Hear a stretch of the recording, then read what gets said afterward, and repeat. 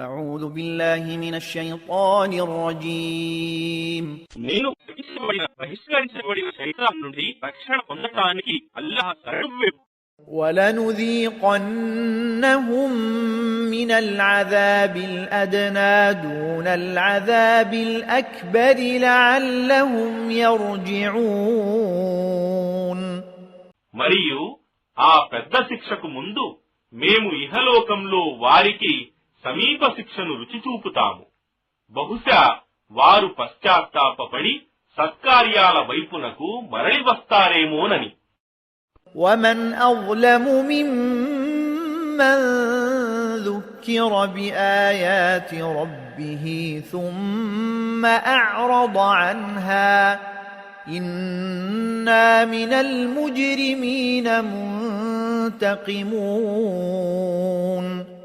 మరియు తన ప్రభువు సూచన ఆయత్ల ద్వారా హితబోధ చేయబడిన తరువాత కూడా వాటి నుండి విముఖుడయ్యేవాని కంటే ఎక్కువ దుర్మార్గుడెవడు?